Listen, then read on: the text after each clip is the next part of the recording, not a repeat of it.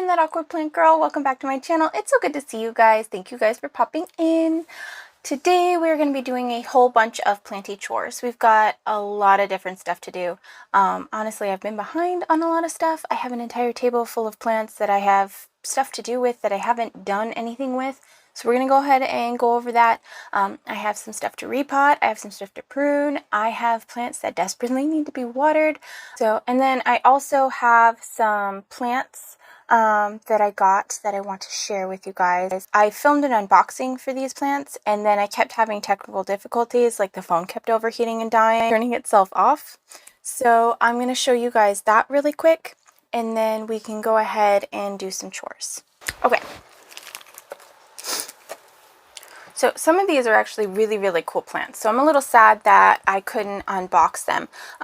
This one in particular is from the Paper Crane. They packaged it really well. They gave me a heads up that they chopped off the tips of a little bit of the leaves because 2 of the leaves had crispy tips. They didn't want any issues in shipping, so they just chopped them for me. They sent me a message beforehand and let me know, like they went above and beyond customer service wise, like, hey, this is your plant, you're getting this exact plant, are you sure you want this plant? And I was like, yes, absolutely, I've been waiting a year for this plant, I can finally afford it, and I definitely want to get one, so yes, please, this is the plant, I'm in love with it, please send it to me anyway. So they did, and it arrived amazingly well. They used all the floof, all the bells and whistles, like the little, it has a little space up top, like they sent me the actual thing that they grew the plant in. They didn't transplant it or send me some cheesy pot, you know, like they did amazing. If you haven't gone and shopped at Paper Crane for rare plants before, definitely go and check them out. I shouldn't say rare plants, hard to find plants, you know. But yeah, they're on Etsy, Paper Crane, definitely go check them out. I will try to put like a thing for their shop. But anyway, back to the plant. So this is a Philodendron El Choco Red, and it does have 2 older leaves that are going, which is fine. So I actually unboxed this yesterday. But it's got a whole new leaf coming in, and it's doing a great job. So I'm going to stick this in a terrarium. I'm going to leave it in this container and just stick it in a terrarium and take it out of this. So that's kind of the plan with that. 4 more plants that I unboxed. It's from Frog and Frond. Josh over there sent these to me. I ordered a whole like terrarium package, and I was thinking I was going to stick all of these plants in a terrarium, but honestly they're so big and so beautiful, I don't know if I will. I might just leave them out in separate pots. It depends. This is Monstera dubia, so got one of these. These are really, really cool shingling plants. They're amazing. So this one will be going in the terrarium for sure. So I'm pretty excited about that one. This one is a Philodendron Burls Marks Fantasy, which I'm just in love with. The leaves get really silver, they get really shiny, they have like this cool crack marbling look effect on the leaves. I don't know the right words to explain it, just the veination on it is very, very unique, and honestly I'm totally in love. It's almost like a Philodendron and a Calathea mosaica had a baby and produced these elongated silver leaves with kind of that mosaic look to it. It's just so fascinating. So I've wanted one for a really, really long time, probably over a year now, 1.5 years, 2 years, something like that at this point. So I'm super in love with it, and that was the reason that I placed this entire order, and all of the other plants were just like bonus plants, you know. But he does have just the Burl Marks Fantasies. I just figured since I wanted these other plants anyway, I might as well take the bundle price. So this is a Philodendron Camposportuanum, which you have seen, if you see my Philodendron collection, you have seen that I already have several of these. This was just part of the bundle, and honestly it was cheaper to get all of the bundle together, and this plant is going to grow really, really well. And it's bigger than what I have as well, just as far as leaf size goes. So this is the one that I want to size up. Provided I can get it all squared away potting wise and it's not too cranky with shipping. But so far it seems fine. He shipped it really, really well. This is the other one. This is a Philodendron verrucosum, which I have been wanting for a really long time now. I'm really, really excited. This one came, it's got a whole new leaf growing from it. It's just a really, really cool plant. The veination on this plant is like, I never use this term, but chef's kiss. It's freaking amazing. It is literally like delicious to look at. It is so cool. It's one that I will go and hunt down pictures of just so I can stare at it and drool at it. It is not a very hard to find plant. It's just hard to find for a decent price plant, if that makes sense. And then a lot of times, if you're going to get a decent sized one, you're probably going to have to order overseas, or it's going to lose a bunch of leaves. So when he said that this was like a terrarium bundle, I was like, okay, well, that's fine, because then they'll be used to high humidity already. I won't have to do anything crazy. I can just plop them in their pots and put them in high humidity, and then they'll be much less likely to have any issues. They're not coming from like highlight, tropical, climbing, lots of room, lots of everything, you know. I know that this one will be fine here, and it has 2 nodes. So even if one node doesn't make it, it's already got another node and a new leaf coming in. So I feel very, very satisfied with all of this. He also sent me a code for 10% off. So he sent me a code for percentage off. It's called Welcome 10. I'll show the little coupon and everything. I don't know if I could use it, but you guys definitely could, especially if you haven't shopped with him before. Highly recommend. Totally awesome. He has, especially if you're into terrariums, he has a wide variety of terrarium plants I have not seen offered anywhere else. I believe he had some jewel orchids in there as well. I was looking at a couple of those, but opted to go with this terrarium bundle package this time. But I will definitely be getting some jewel orchids from him in the future, because they were amazing. So these are the plants that I have unboxed. I'm sorry I didn't get to show you the actual unboxing, but technical issues. It's like 6 o'clock in the morning here, so now it's not so hot up here, and my phone is not going to be turning itself off. So, but before everybody else wakes up, let's get some chores done. No judgment, and if you've never seen any of my other videos, I swear that I am better than this 99.9% of the time. Okay, this is just going to be a disaster video. This is all of the mess from like hyper focusing on building a terrarium for like a month. So like this plant is doing good, but it was in the terrarium, so I have to find a new home for it. This is leftover from doing the background of the terrarium. It's the spray foam. I have a plant hanger there I want to hang up. That one has spider mites. He was next to him, so he probably has spider mites. I sprayed them down, but I need to trim them and water them and spray them again. Periodically spraying them with the Incecticidal Super Soap, so that's why that's out. I want to pull that guy out and put him in the terrarium. These are cuttings for another terrarium. This is... well, it was lithops, but they got knocked over at some point. I watered plants in this and then put it up here and forgot. Steak knife was for opening boxes. This is fully formed, like, spider plants that just need to be potted up. That's extra soil. I was trying to experiment and, like, make this, like, a little hanging planter thing, but I'm not enjoying it. It's more work than was worth it. Dead plants... tried to save the aloe, it didn't work. Succulents are just not my thing up here. And then this guy just needs a new home. He's a little crispy because he's been out with like low humidity when he came from a terrarium with higher humidity. So that's kind of what's going on with this guy. I just need to get him in my greenhouse. I need to make some space for him. Refill water and just pick stuff up and put it back in the little bins back there. So this is just kind of a disaster zone. So I'm going to get this all cleaned up.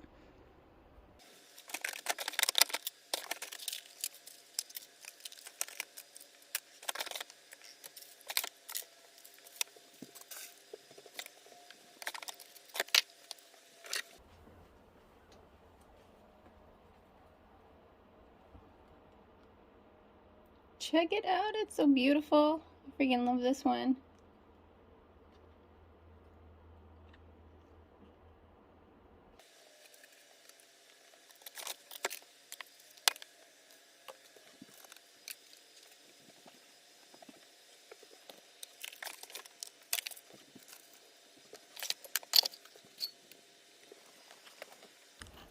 Alright, I just wanted to show you guys here that this clearly has been infested by spider mites. You can see all the damage that has been done.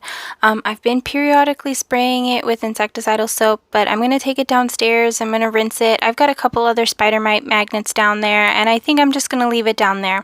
Trees tend to do better in my bathroom anyway, so that's where these two are going to go because they were touching each other, so chances are they both probably have spider mites, not just the one.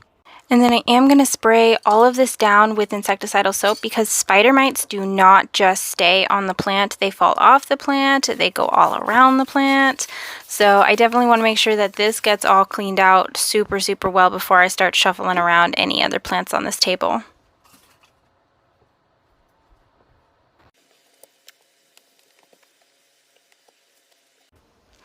Alright, so I'm going to take care of this really sad begonia. You can see that it's got the crispy bits, and we're just going to go ahead and chop them off.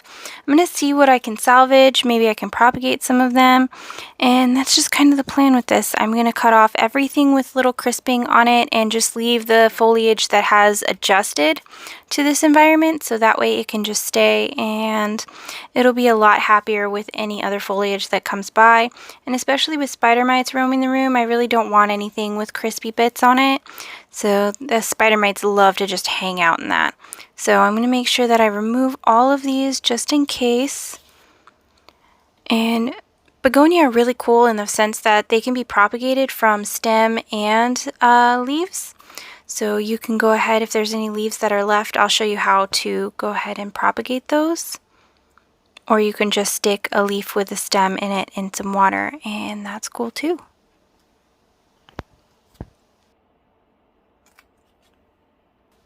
Alright, nice little haircut on this begonia rex. I think we're good.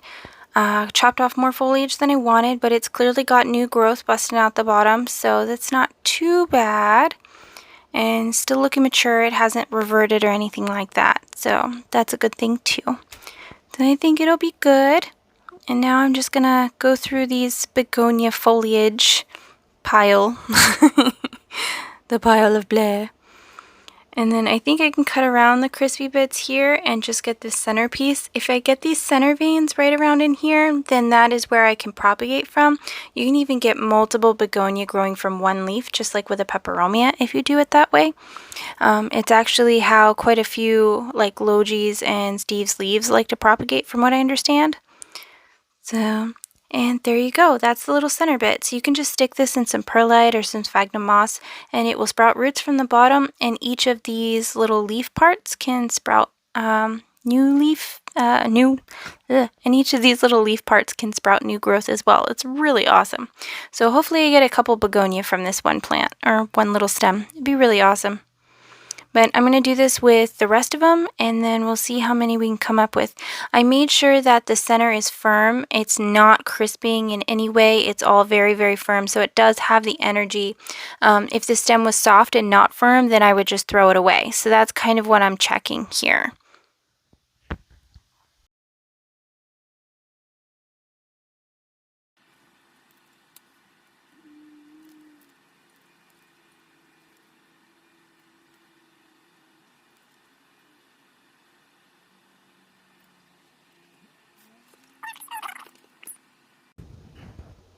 So the stem and leaf were good on this one, and I kind of want to test it. So I'm just going to put this in with some peperomia and some water. We'll see how quickly this grows compared to these ones over here, which are going to be going in some sphagnum moss and in a little terrarium jar, and just enjoying the best life that they possibly can. I know that they will propagate this way, so I'm not concerned about it.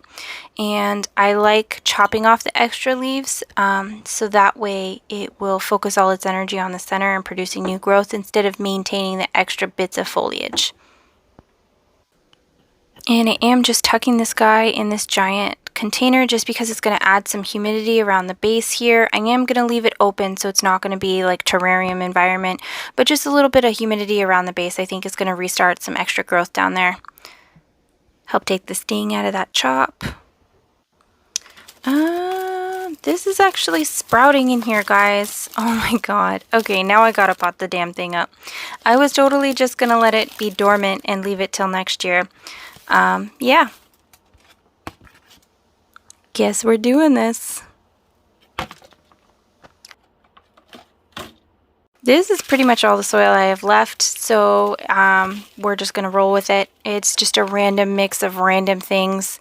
I am running really, really low on soil because I am almost done the terrarium and I mixed up all the soil for the terrarium and it took 3 bags of soil, guys.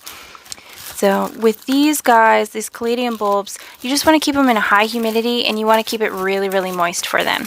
You don't want to let these guys dry out. I'm going to take this little sprouted bulb and I'm just going to stick it up top. It looks like it's got a couple new little growths on the other side too. So this is the bottom, and then what's green is the top, and that's where it's sprouting out. So that's how you plant these guys. I can't tell. I'm trying to feel. If it's squishy, then it's not going to work. If it feels hollow, then it's not going to grow anything. It's just a dried, shriveled yucky. It's not going to grow anything. But this one, let's see, it's squishy in a little bit, but then it's still pretty firm in most places. So I think we'll try to grow this one, and that's clearly the bottom, so we'll put that. There we go. So this is the top. This is where it's going to grow from. You can see it's got little sprout areas. So we're going to go ahead and plop it next to the other one, and hopefully they both grow. And then I'm just going to cover them. I'm going to cover most of it. I'm not going to cover the sprout that is popping out there because it's already got light. It's already starting to get green and photosynthesize. So I want that to continue and help feed the plant. I would normally like to use a little bit more of a moisture retaining potting mix for these, but this is what I got, so we're rolling with it. And then I am going to make sure to water this really, really well. I'm going to use this little tray underneath it. It was a propagation thing left over from all the plants I put in my terrarium. So yeah, it's just going to sit under there. It's going to create that extra humidity. And then we've got to pot up these spider plants. Oh my god, these have been in here for 6 months, maybe more. We lost one. But oh my gosh. Yeah, they've been in there for forever. I didn't even change the water or anything. That's probably like super gross. I'm sorry, spider plants. I'm sorry. This has got a little bit of rot. I'm removing anything that may be rotted on it because I'm not going to pay attention to this. I'm shoving it in my greenhouse and that's where it's going to go. I have so many spider plants. I think I'm up to 8 or 9 at this point. Yeah. And that doesn't even count like propagations hanging off of spider plants. Those chunky roots, look at them. They're starting to make their big, thick rhizomes too. Oh man. This is going to be a very bushy pot when they bounce back from being all cranky that I put them in here. They're going to be so mad that I'm moving them from water into soil. And then I'm going to have to stay on top of the watering too. If I don't stay on top of the watering, then they will pass on. So if you have spider plants that remain limp after being propagated like this, you can also just give them a good watering and then shove them in a place with high humidity, and that'll keep them all happy too. So I think I have a spider plant care guide on here somewhere. I believe I did one. But if you have any questions about spider plants, definitely let me know. I clearly have a ton of them. So, so much so that I'm at the point of not really caring about this one. I'm so sorry. Oh my gosh. Like, I want it to live. Yeah. I don't know. I wish I could just leave it in this jar, but it's totally outgrowing it, and it's not going to be living its best life in there. So, ta-da! There we go. And it'll outgrow this pot really quick, so you'll be seeing this little guy again in like 6 months. And I'm just going to make sure to water him. And this is a bit more of a well-draining mix. Normally I like to do a more a thicker potting mix for little seedlings when I transplant them. Let's get all the nonsense out of here. Oh, so much random grossness. This is the pile of, like, I want to get to you and save you plants, and then eventually I do or I don't. Like, that's a plant that didn't make it. It got tipped over. Same with that aloe. It didn't make it. And then I tried to save, like, the center aloe pieces, and they didn't make it either. So That's one thing to note about aloes. I know like everybody says succulents, woohoo, succulents, they'll grow like crazy, but they don't. Aloe plants don't grow like that. You can't take leaves and just pot up an aloe plant's leaf and have it grow. You need a center stem, a big section of the center stem. So, and then this propagation's all set aside. And then this was a perlite propagation. I think it was an Alocasia dragon scale corm. I'm not 100% sure, but I threw it away at some point. A random Lego. I don't even know how this got up here. Like, my son's so silly. And more perlite propagations. I think those ones I actually potted up. And then these were lithops, and they got tipped over. So somewhere in here are possibly some alive lithops, possibly. So what I'm going to do is just kind of sift this. It's sand and rocks, and I'm going to try to find lithops that might be alive. Terrible with these guys. I'm terrible with these. So there is one. That guy might be alive, possibly. He's not hard. He's still a little squishy. So maybe if I rehydrate him. I don't know. What do you think? Oh my gosh. I'm so sorry. I am terrible with lithops.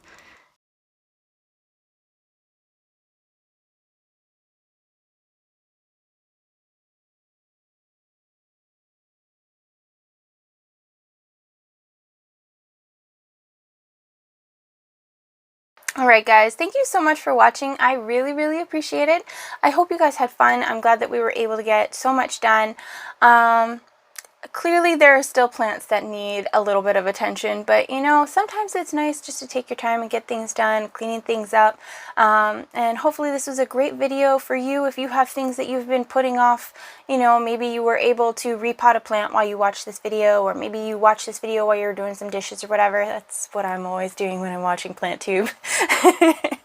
But yeah, thank you so much for watching. I really, really appreciate it. I hope you have an amazing day, and I will see you in the next one. Bye!